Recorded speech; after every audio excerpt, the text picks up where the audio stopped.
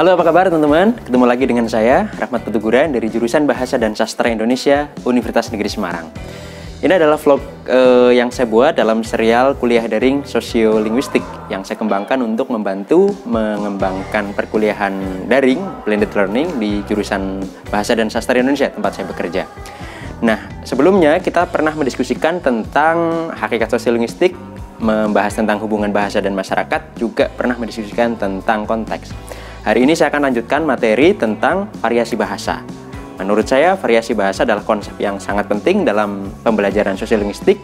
Bahkan tidak berlebihan kalau saya katakan variasi bahasa adalah ruh pembelajaran sosiolinguistik. Karena salah satu objek pembelajaran dalam sosiolinguistik adalah mempelajari bagaimana variasi bahasa terbentuk di masyarakat. Nah, kita akan pelajari mengapa di masyarakat ada variasi bahasa, bagaimana bentuk-bentuk variasi bahasa di masyarakat, dan bagaimana kita menyikapi variasi itu dalam kehidupan sehari-hari.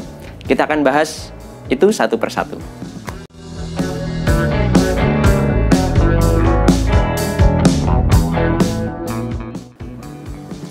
Nah, untuk memahami variasi bahasa di masyarakat, saya akan coba menggunakan 3 teori yang bisa kita gunakan. Yang pertama adalah teorinya Noam Chomsky, yang kedua adalah teorinya Talcott-Persson, dan yang ketiga adalah teorinya Pierre Bourdieu, ya, tentang arena produksi kultural. Saya kira 3 teori itu mengambil perspektif yang berbeda, sehingga kita bisa gunakan 3 teori itu untuk saling melengkapi, untuk memahami bagaimana variasi bahasa muncul di masyarakat.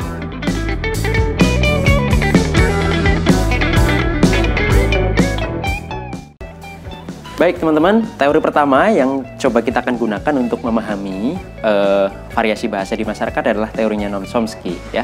Chomsky, sebagaimana kita ketahui, adalah salah seorang tokoh linguistik yang sangat pemikirannya sangat berpengaruh dalam studi linguistik. Nah, dia punya konsep yang terkenal dengan sebutan konsep kompetensi dan performansi. Secara sederhana, saya mengartikan kompetensi itu serangkaian pengetahuan, pengalaman, persepsi yang melekat pada individu tentang bahasanya. Oleh karena itu, kompetensi itu berkaitan dengan kemampuan seseorang individu dalam memahami struktur bahasa dan bagaimana bahasa itu digunakan di dalam masyarakat. Nah, kompetensi seseorang dalam berbahasa, pengetahuan kebahasaannya, pengetahuan tentang latar kebahasaannya, gramatikalnya, vocab atau kosakatanya, itu pada akhirnya akan mempengaruhi performansinya. Nah, kalau kompetensi itu berupa potensi kognitif, sementara performansi itu adalah performa kebahasaan dalam bentuk konkret di masyarakat. Nah, dengan 2 konsep itu kita bisa menyimpulkan bahwa performansi kebahasaan seseorang dalam kehidupan sehari-hari itu dipengaruhi oleh kompetensinya. Dengan demikian, orang yang memiliki kompetensi berbeda, maka akan melahirkan performansi bahasa yang berbeda. Anak-anak misalnya, tentu saja memiliki kompetensi yang berbeda dengan orang dewasa. Afikat, iya. Yang baru nih. Apa? Pakai ini dulu ya. Orang dari kultur Jawa misalnya, memiliki kompetensi berbahasa yang berbeda dengan orang dari Ambon, dari Dayak, dari Batak, dan sebagainya. Tuh kan, Faisal sama PRT juga ikut.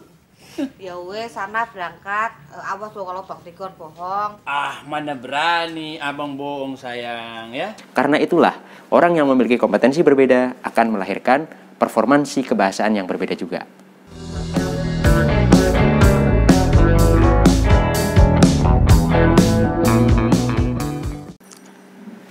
Baik teman-teman, kita lanjut ke penjelasan kedua tentang variasi bahasa. Penjelasan kedua ini saya ambil dari teorinya Talcott-Persson.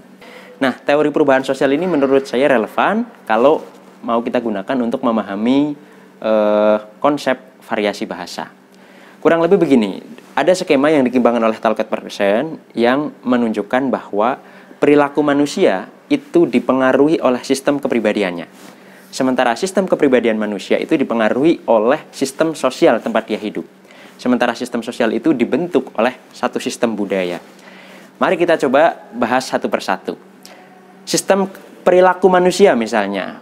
Saya mengatakan sesuatu itu adalah perilaku. Saya minum kopi itu juga perilaku. Saya berjalan itu juga perilaku. Saya memilih busana juga perilaku. Nah, kenapa saya memilih perilaku-perilaku itu dan bukan perilaku yang lain? Menurut Talcott-Persson, perilaku itu dibentuk oleh satu sistem kepribadian. Begitu juga dalam aktivitas berbahasa. Kenapa saya menggunakan bahasa tertentu dengan cara tertentu?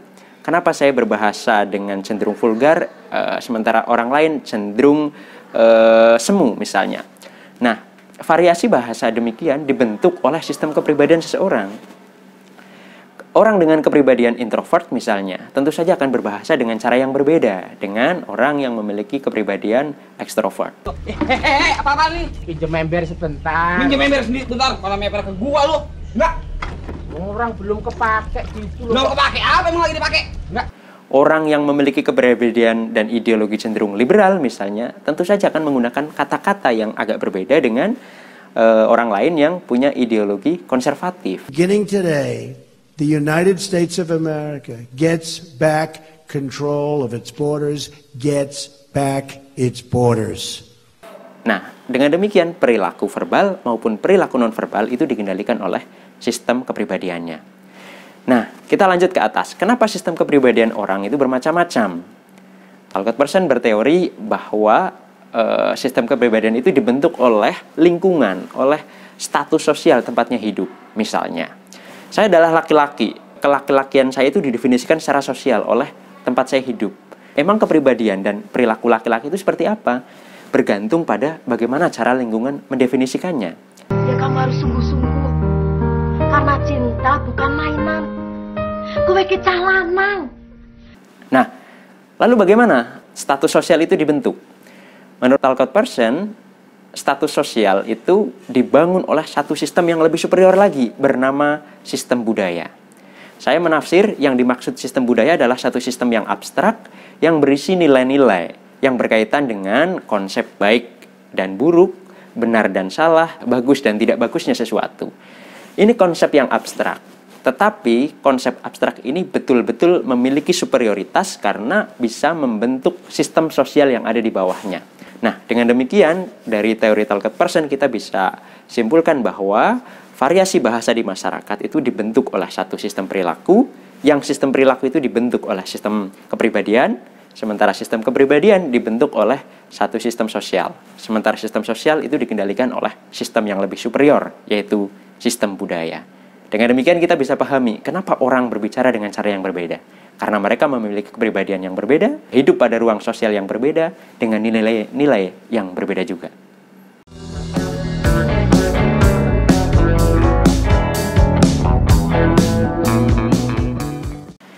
Baik, teman-teman, kita lanjut pada teori yang ketiga untuk memahami variasi bahasa dalam masyarakat. Teori ketiga yang akan saya sampaikan, yang saya akan ajak Anda untuk mendiskusikan adalah teori arena produksi kulturalnya Pierre Bourdieu. Nah, kurang lebih begini saya menafsir. Bourdieu itu mengandaikan bahwa manusia itu hidup pada ruang sosial yang berbeda. Misalnya, saya hidup pada ruang pendidikan, tetapi kadang-kadang juga hidup pada ruang ekonomi, hidup pada ruang politik, pada ruang agama. Nah, di setiap ruang itu ada keberaturan, ada aturan main yang berbeda antara satu ruang dengan ruang yang lain. Misalnya ketika saya hidup pada ruang pendidikan, di kampus, di sekolah, di pesantren, mata uang yang paling berharga adalah ilmu pengetahuan. Knowledge is power. Ketika saya hidup pada ruang ekonomi, misalnya ketika saya di bursa efek, ketika saya di balai lelang, ketika saya di pasar, mata uang yang paling berharga adalah kekayaan finansial. Because at least as a rich man, when I have to face my problems, I show up in the back of a limo wearing a $2,000 suit and a $40,000 gold fucking watch.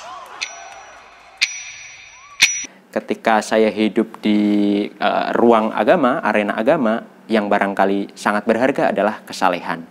Nah, Bourdieu menjelaskan bahwa ruang-ruang itu memiliki keotonomiannya sendiri, ya. Nah, karena memiliki keotonomian, maka ruang-ruang dalam sistem budaya itu memiliki keberaturan.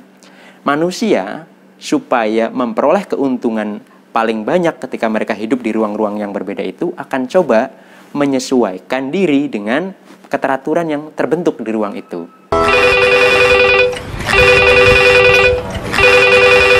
Apa lagi? Bapak ngebentak bebek. Kirain si Joni yang nelepon. Maafin papa ya, Bebek.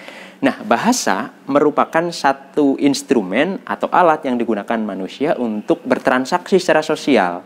Nah, karena digunakan untuk transaksi sosial di ruang yang berbeda, maka manusia juga akan menggunakan bahasa secara berbeda di ruang-ruang yang berbeda tersebut. Saya ketika berbahasa di kampus, saya barangkali akan cenderung menggunakan bahasa akademis, karena memang bahasa itulah yang berterima dan lazim digunakan di ruang perguruan tinggi. Ketika saya berbelanja di pasar tradisional, saya akan berusaha menyesuaikan bahasa di pasar tradisional dengan para penjual.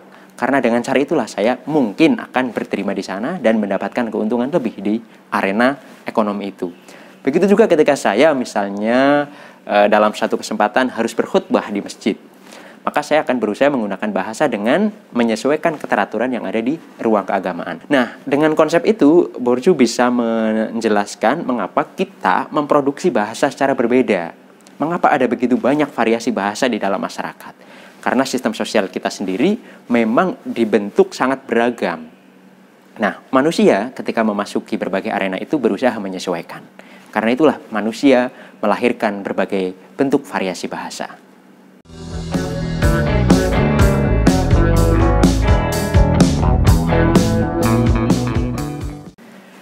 Baik teman-teman, itu dia 3 teori yang saya gunakan untuk menjelaskan variasi bahasa di masyarakat. Tentu saja masih banyak teori lain yang barangkali bisa kita gunakan untuk memahami mengapa masyarakat memproduksi bahasa dengan cara yang bervariasi. Nah, 3 teori itu memiliki perspektif yang berbeda. Kalau teorinya Noam Chomsky tadi, perspektifnya agak mentalistik, dia mempersoalkan hal-hal yang sifatnya kognitif. Teorinya Talcott Persson menurut saya cenderung berbasis pada pandangan-pandangan sosiologi, sementara teorinya Pierre Bourdieu itu berbasis pada pandangan-pandangan kultural. Nah, karena 3 teori itu memiliki perspektif yang berbeda, kita bisa menggunakan ketiganya untuk saling melengkapi satu sama lain. Nah, kalau kita sudah bisa memahami mengapa variasi bahasa muncul di masyarakat, saya kira kita punya satu keuntungan. Yang pertama, kita tidak gampang heran kenapa orang memproduksi bahasa dengan cara yang sangat berbeda. Tapi yang lebih penting dari itu, saya kira kita menjadi lebih arif dalam menyikapi variasi bahasa di masyarakat. Karena setiap variasi bahasa itu lahir dari latar belakang kognitif, latar belakang sosial, dan latar belakang budaya yang unik. Demikian perkuliahan daring untuk topik variasi bahasa, episode pertama. Di episode berikutnya kita akan membahas tentang bentuk-bentuk variasi bahasa itu apa saja. Kita bertemu lagi pekan depan. Semoga bermanfaat.